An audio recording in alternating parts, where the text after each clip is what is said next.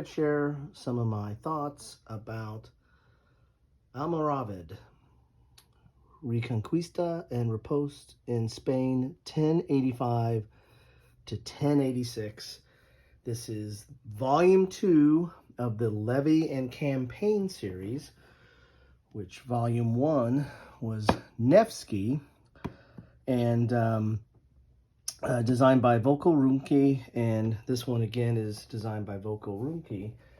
And this is a kind of a unique system in many ways. First off, it's operational medieval or Middle Ages, and there's not a lot of operational medieval games out there. Number two, it's a very unique system. It's the Levy and Campaign series, and that is true to the name. There's a levying aspect where you're mustering your forces, you're getting your lords and vassals into play, and you're collecting resources, and then you go out on a campaign, and it's kind of a slog. What do I mean by that? Well, you've got a plan. You have to have provisions or provender in order to feed your troops, in order to move, in order to attack. You need to have transports, and that's a little bit different than Nevsky. Nevsky, there was like sleds and boats because there was rivers and ice depending on the cold weather. Here you have carts and mules, and so you have to have the right transportation to carry your stuff. Then if you are successful on some of your raids, well, then you're going to have loot, and there's coin involved to pay off your troops. So there's a lot of logistics involved in this game, and as you can see from the map here, it's not your typical hex encounter game. It's moving point to point, so to speak. You're moving through these different locales and cities to get to your location, and it is very true to medieval times in that there's a lot of siege going on. You're trying to surround a castle, trying to siege it, and take it over either by storming it or sallying forth out of it and defending it. And there's walls and siege craft. So there's a lot going on in this game. What I have here is I was goofing around with the first scenario. I've played a few of these scenarios, but I kind of went back to the first scenario to refresh myself before I kind of want to give some thoughts on this. I got this compliments of GMT Games, so I want to thank them for sending this to me, and I did an unboxing of it, and that will be down in my description below. But I've got this to the table a few times, and I actually wanted to get Nevsky to the table, then get this, but I decided to play this a few times, and try to remember, what were some of the differences with Nevsky. One thing in this, though, if you are familiar with Nevsky, the first page of the rules is a summary of the changes from Nevsky to this game, and talks about a little bit of the changes that are in there. So I will say this from a learning perspective, I found Nevsky a little complicated, mainly because it's so different. This whole levy and campaign, and there's a kind of a different terminology on how you're doing things and how combat is. Everything is different in that. And so that took me a little to get used to that. And since I haven't played Nevsky in quite a while, this took a while to get to the table. It took me a while to get through the rules a few times and get this to the table. So overall, I kind of find it a complex game. I would find it a little bit higher on the scale of complexity, just because it's different, or mainly because it's different. And so if you're going to dive into this game, I do recommend doing the first scenario. The first scenario doesn't do much. I mean, it's basically 2 turns, and you're not doing a whole lot there. in that there's not a lot you can accomplish in that amount of time. However, it will get you familiar with some of the basics. And the basics in this game, do take some learning, okay? There's a lot of good charts and player aids in here. There's a full sequence of play that kind of goes over what you need to do each turn, and then there's also in the book as well.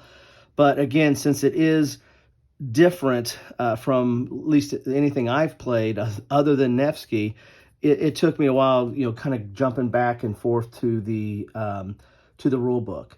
And I've played this solo. Now, it doesn't have a solo bot in it. However, it's not too hard to play solo. Basically the main hidden movement, so to speak, is in the command cards, because you're going to take the command cards of what lords you have in place, and you're going to pick out, like on the first turn, or if you're starting in the spring turn, it is 7 cards. Summer it's 8, and then in autumn it's 7, and then winter is a different kind of phase. But you're going to pick out what command cards and put them in order, and then as you reveal them, that's the lord that gets to do their actions, and they get the actions to the level of their command. So this lord would get 3 actions, and so in that respect, it's somewhat solo friendly. I mean, it's not that hard to play solo, but it's not that complicated when you look at the basic actions. The complexity of the game is just understanding how things work together, and then understanding how you need to plan. Because as I said, this is a very logistical game. You just can't run across the map and do whatever you want. You say, oh, I got 4 actions. I might be able to. I can get all the way down there. Well, you're going to at the end of using all your actions, or basically using the card. So like this guy right here has 4 actions.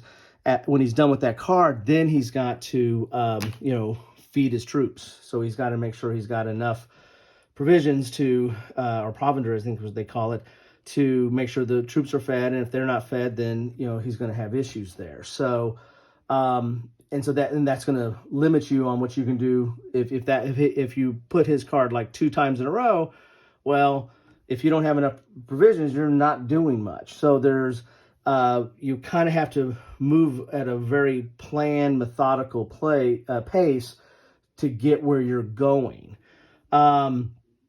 And it's based on a victory point system that there's, and victory points are a little bit hard to come by. I mean, there's a lot of stuff where you get like half victory points for stuff. So, this is not like the victory point track basically goes up to 16 here. So this is not like a Euro game where you're going to have big swings in victory points. It's a very methodical, slow-moving game. But again, it's true to the Middle Ages of, the forces were not, rapid forces. The seasons were, and the way you moved across land affected your operations and how you provided for them and the like. So, in that regard, I feel it's a very interesting and rewarding game to get the experience of this period and of these forces and of this conflict. But the game does take a little bit of getting into. The game is basically divided up into, this is your turn track, and is basically divided up into a levy and a campaign, and you just keep moving on, and depending on how long the scenario. This scenario ended here. Other scenarios end at start at different parts, and then ends at different parts. And if you play the whole campaign, you'll do the whole track. One of the things about this track is like your Lord's service on here.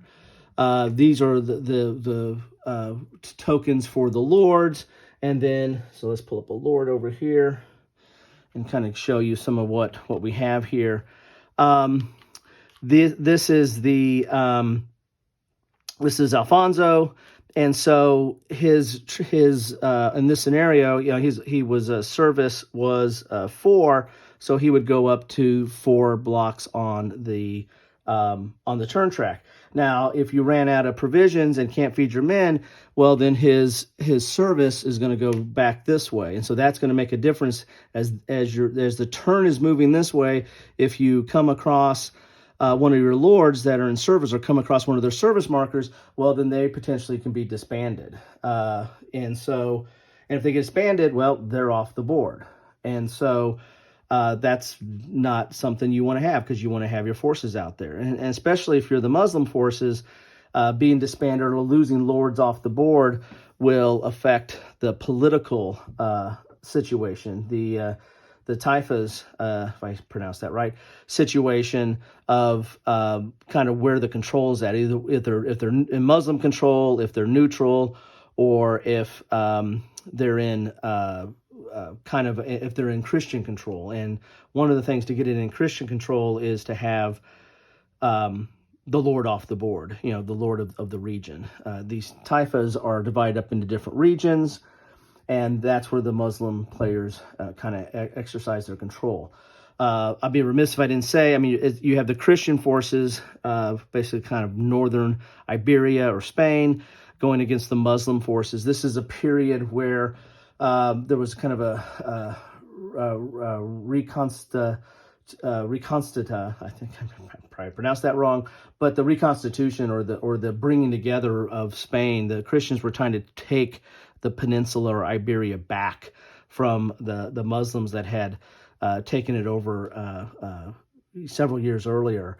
And then you have the Almoravids coming in as well into the mix of this from Africa, and exercising their control as well. So you basically kind of have a Christian-Muslim conflict, but it's a little bit more complex than that, because there was some infighting in this historical period. There was infighting amongst the Christians, and there was infighting amongst the Muslims in here in some respects. So a lot going on there, and that's a big change from Nevsky, is this political system, which is basically a system to get extra victory points. And some of the later scenarios really focus more on that political system than the earlier ones. But that is something different than Nevsky is this political system that's going on. So that makes this game, in my opinion, a little bit more complex than Nevsky as well. But you have these lords, and they have their service, so that's where their service token is going to be on the map. They have this leadership, which that's basically is how many levy actions they can take when they're trying to get their vassals up. Some of these leaders come with vassals, and sometimes you get art of war cards here that each side has their own deck of art of war, and that might give them extra vassals or extra assets that they can try to levy and bring up. But if you bring one of these up in the levy phase, you have to kind of roll under their the fealty, and that guy's got a pretty high one. So, and then you can bring these up, and then they bring those resources. So let's talk about those resources briefly, or the units, I should say. There's all kinds of different units. You have knights, you have sergeants, you have African horse, and you have light horse. Those are all the mounted or horse units. Then you have foot units, men-at-arms, African foot, militia, and serfs. And then they have different strikes in battle. So the combat's a little bit different. You're just going to add up how many units. There's going to be a pattern based on whether it's a siege or an all-out battle. Different forces are going to go first. Usually your horse usually go first, but if it's a siege, then you're going to have your range units go first, and then the defenders will roll for protection. Like armored units, they have to roll 4 or less. If they're knights, sergeants 3 or less, and then you just have all these different protection. And some units, like if they're light horse or African horse, they can evade and get out of harm's way there. But your attacking is not rolling to see if you attack. The attack is kind of a set amount depending on what kind of combat it is, siege or open battle. And then there's going to be a protection that you roll to see if you save. It's almost like a saving roll. You're trying to save the unit from being attacked.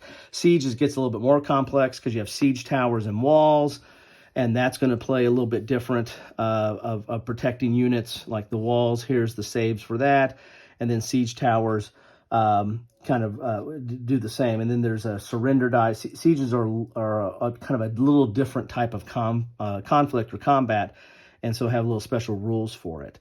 And siege is also going to be dependent upon how big the like if you have a city, that's going to be really hard to siege, and it's going to take more units, more leaders, and it's going to be a little bit, again, more of a slog than to just take out a castle in that regard. So so those are your different types of units, and so that's what's represented on the board here, or on the Lord's card, the type of units it has.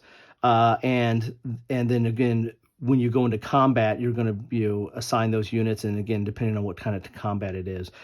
This one I think goes off. It was left on there from earlier, but that's a feed notice that at the end of the turn you have to feed. That's how many provender you're going to need to feed whatever your units. You got to feed at least one provender per 6 units that you have on there. And so that's one of the things there. As far as command, that's how many actions you're going to have in a turn. And when it comes to actions, you're going to have, you can march, you can siege, storm and sally. Those are all kind of connected to doing a siege. There's supply. So if you're connected to your home city and you have enough transportation, you can bring a supply from your seat or whatever. Each of these lords have different seats or where they're kind of their home base. And you can get supply coming to them from there. You could forage. There's some limitations on that, but just try to get provender from just the surrounding places. And if it's in an enemy territory, you can ravage if it hasn't already been ravaged, and that's another way to get some provender there. And then there's tax. You do that in your home country, and then or home area or locale, and then there's pass. And there's the procedure for doing it. There's some limitations on it. Marching is the two big issues on marching, or three big issues on two big issues on marching are, number one, what is the way? There's two different types of ways. There's roads, and then there's paths or passes. And the paths are not as well, they're not paved or anything like that. They wouldn't have paved roads back then, but they're a little bit harder to navigate. And so if you're carrying anything like some provender or loot or anything, you're going to be laden, and so it takes you 2 actions to move through those. Roads only take you 1 action, and sort of a little bit easier to move through and move a little bit quicker across the board. So the 2 issues there is the type of way, and then whether you're laden or not. How many supplies or stuff do you have? You have carts and mules, 2 different types of transports here. The mules can go over the paths a lot easier, but they also eat up provender. They eat up some of your supplies, so there's kind of a trade-off there. Coin, you use that to kind of pay off your troops, because you can extend these out as well. There's a way to, there's certain cards that do it, but there's a way that you might be able to kick one of these guys out a little bit further. You want to keep them campaigning longer, so you pay them off and try to keep them to campaign, be on your side longer, so you can use them in upcoming conflicts. As I said, there are Art of War cards. Each side has their own deck of Art of War cards. When you're in the first levy of the season, you're going to get the use the bottom of the card, so it is more of a capability, and you're going to assign that to one of your lords. You get a couple of those. In the next round, when you're doing the levy, you use the event, so you start collecting these events at the top. And you use that. So that's a kind of something that changes up the game. And again, this is a random deck, so different things are going to happen every time you play this. And again, there's a unique deck for the Muslim forces as well. They have capabilities and they have events, and so. And there's some limitations on how many capabilities you can have based on the number of lords you have and the like. And these are somewhat situational and do different things in combat or in moving stuff around, or in levying troops or mustering troops.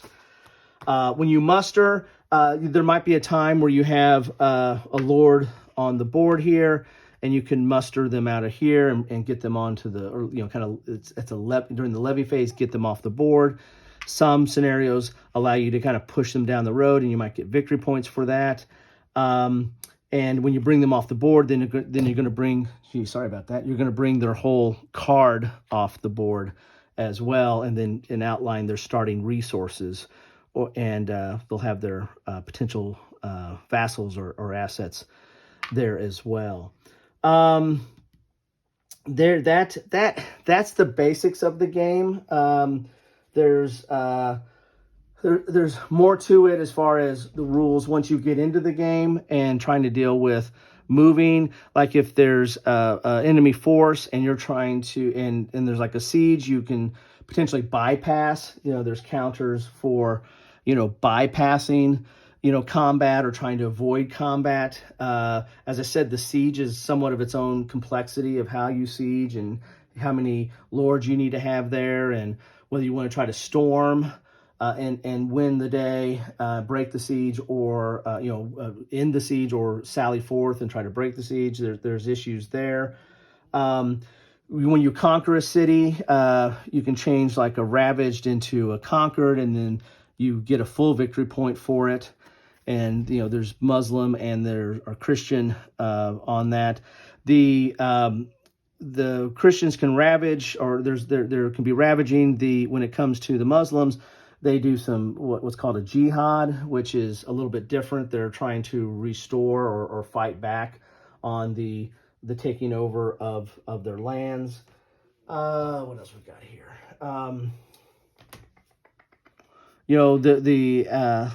There's loot. I didn't talk about loot. Loot comes when you're successful in a battle or in a siege, and loot actually, it ladens you, but it also can be used to pay off your troops. To try to keep them from disbanding or to try to push them forward or the like. Again, there's a political side of this, and there's the logistics side of this, and trying to keep your lords on the board to keep them in the battle. Let's see. You also have here's an example of the Muslim forces. One thing that's interesting about the Muslims, they start off with usually more coin, but don't start off with provender. So that's almost kind of built in. They're definitely going to be moving. Well, most of this is their land anyway. Most of the board is already in their control in most of the scenarios, but they're going to move slow because they don't have the resources that can move rapidly across their own land.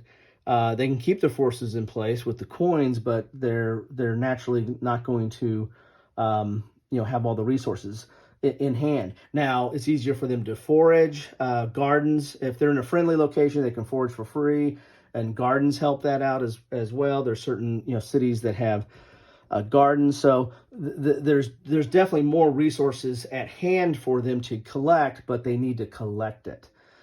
So they have kind of a natural advantage on how they can get resources, but they need to get them to start off the game. So in a lot of the scenarios, the Christian forces are usually the more aggressive. They're trying to do an attack, and they're trying to reclaim some land here.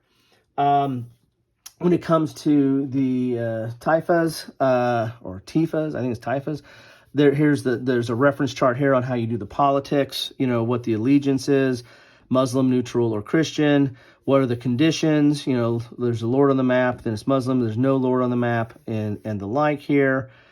Victory points, stronghold conquest, adding jihad. That's what I was telling you about there. That kind of comes in this political side of it.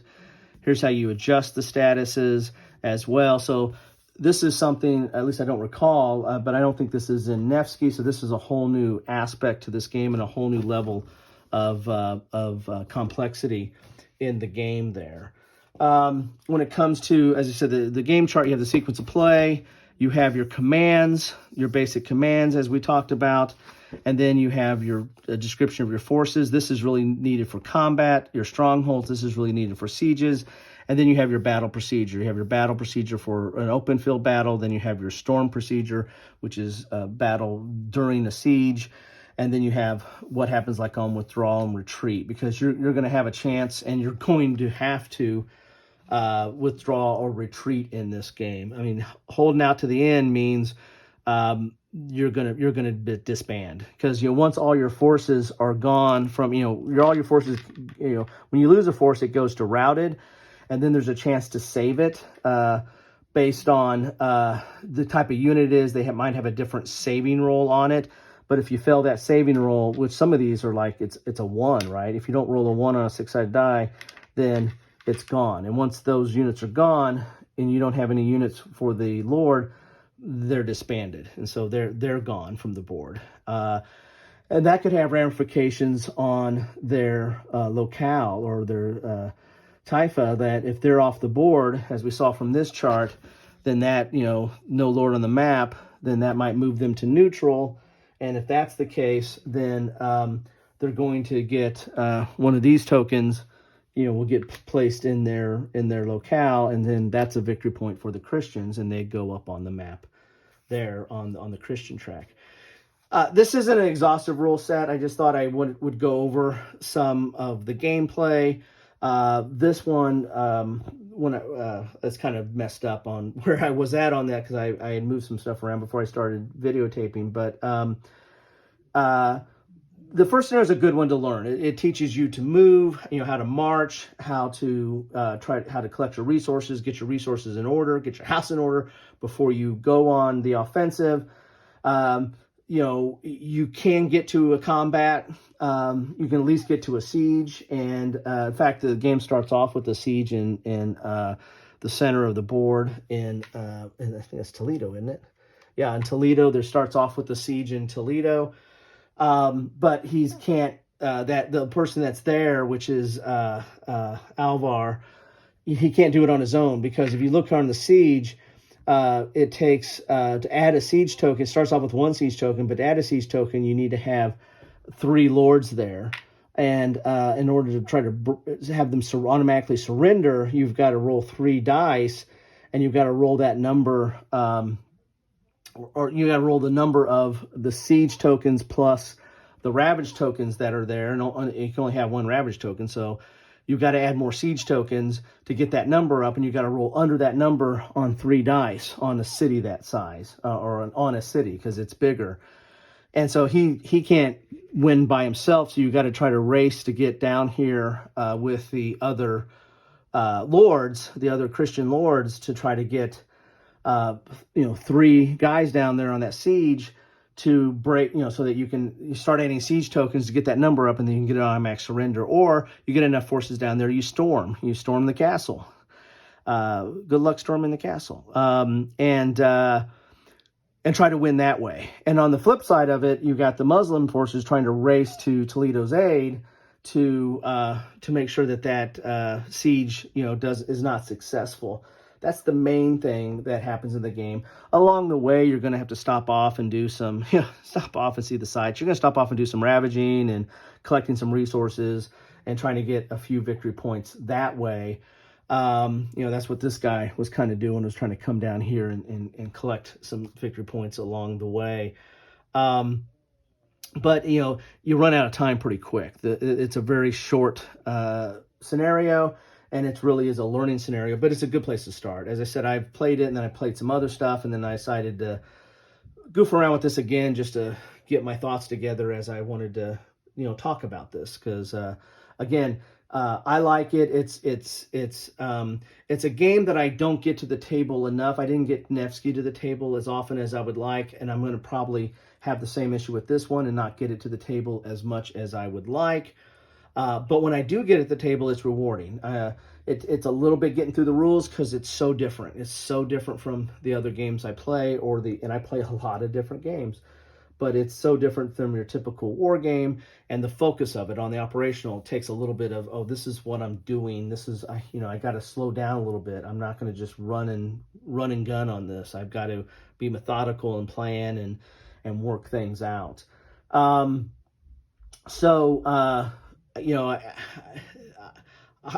recommend this game if you like operational, if you like medieval, if you like this time period, if you're interested in this conflict, or if you want to see El Cid's in this game. Rodrigo, and he plays both sides. You can pay him off and get him on your side.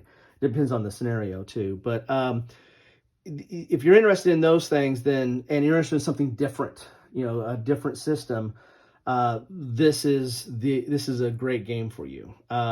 If you don't want to learn something new, you like more hex encounter, then maybe stay away from this. To wrap up, I probably should have started off with this at the beginning. The components are great. I mean, you got wooden bits represent all the different units.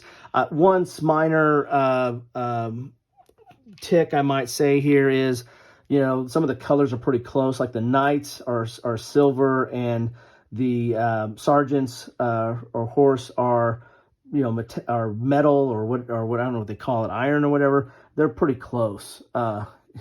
If you're looking far enough away and different for lighting, those are pretty close in color. But the bits are good. The little bits, they're shaped, so you can tell from the shape. You can tell from the color generally. These cards are great. They're really good stock. The cards that your lords come on. The counters are pre-rounded and very very good as far as the vassals and your resources or the transports and the like is all very good. The cards are typical GMT cards. Clear, you can see it. I mean, and you have events on top and capabilities on the bottom. And there's also an explanation of these cards in the background book, which is huge, and it gives you some playthrough and it gives you some history of this period. There's a lot in this book. And it really kind of goes over again how to play, but also the background and the history of this. You get 2 player aids. The player aids are nice. That gives you the sequence of play, all the combat stuff you need, and then your commands. You have this political chart that tells you how that works. That's good quality. Dice are good. You've got green for the Muslim and yellow for the Christian forces. You got to apply stickers. I'm not a real big fan of stickers, but anything that has blocks, we're used to stickers, and so you got to apply these stickers to the lords, and there's an extra set in there if you goof up, but that's the only really stickers you have, is just applying these stickers to these lord tokens, because they live on the board. They either live on the turn track or they live on the board. So the components are, you have this battle board too if you want to put your leaders out here and do a combat. You've got this little battle board that you can use. That's not necessary, or you can just arrange your troops in the formation that you want to have as well. So in that regard, it's somewhat of a nice visual. If you have enough space on your table, you might want to lay these out into your lines, because the combat does get to the detail of what's the center, right and left, what are your flanks, and what's in reserve, what's in a garrison if you're doing a siege or attacking a city. So that plays in as well. There is a tactical element to this game as well when you get into the combat side of it. So components are good quality components. The rule book is fine. I found myself going between the rule book and this player aid a lot. And they have these little boxes here. I don't know the rule. I don't know if I could do it better, but I did find the rules a little cumbersome, because it is and I don't know if that's really the rules as much as it is the new concepts. That this is a different approach to wargaming, and that might be my struggle. And plus, I hadn't played this in a while. I hadn't played Nevsky in a while, and so it's trying to pick up something new. It's not like riding a bike, like a good old hex, counter, stacking, movement, combat results table. None of that. And there's none of that muscle memory that you can rely on. This is new ground that you're treading and learning. So, but the rulebook's fine. It's good quality. GMT rules, standard setup, dual column, color, notes, all this good stuff there. I just found myself going between the player aid and the rules a lot more than I normally do when I learn a game. I usually try to get through the rules and understand it, and then the player aid helps me. Here I kind of learned the game partly through the player aid. I was trying to because I was kind of struggling a little bit, but that's me. Your mileage may vary. Anyway, Probably went on too long here, but I thought I'd give my thoughts on this. I wanted to thank GMT for getting this to me. I might do some more on this as I play this more, but I definitely wanted to just to get some thoughts out there after I've got a chance to get a couple of 2 or 3 games kind of under my belt and get a feel for this. And I'm still learning. I mean, every time I pull it out, I kind of go, oh, that's something a little bit different. And I'm also learning the strategy. I struggle to go slow, and I overextend myself a lot. And that's just something you got to watch out with this game. Anyway, love to know your thoughts. If you played this, if you played Nevsky, what do you think about this? What do you think about this compared to Nevsky? Any thoughts you have on this? Any comments? Love to hear it. Love to see a dialogue started. Sorry for going long on this one, but there's a lot to talk about here. This is such a different design in our space and in our hobby, and it's a good one. And there's more coming out. There's a lot more coming out. And there's several that I'm highly interested in that are coming out. Inferno, and I can't remember. There's another one there's one on England, but there's a lot in this space. Inferno is the one I'm really interested in because that's an area that I like. Kind of different conflicts that aren't covered either very much or at all, and that one covers something that there's hardly anything out there on. But there's not a lot out here on this as well, this period. So anyway, love to know what you think about it. That's what I have for you today. Again, thank you, GMT, and thank you for spending some time with me and listening to this dribble drabble as I go on and on. But hopefully I gave you somewhat of a feel for some of the issues or some of the good and bad and hopefully no ugly, but some of the different aspects of this game and this system. I highly recommend it, but I can see where some might say, yeah, not for me. But, hey, give it a try, and hopefully this video helped. Thanks.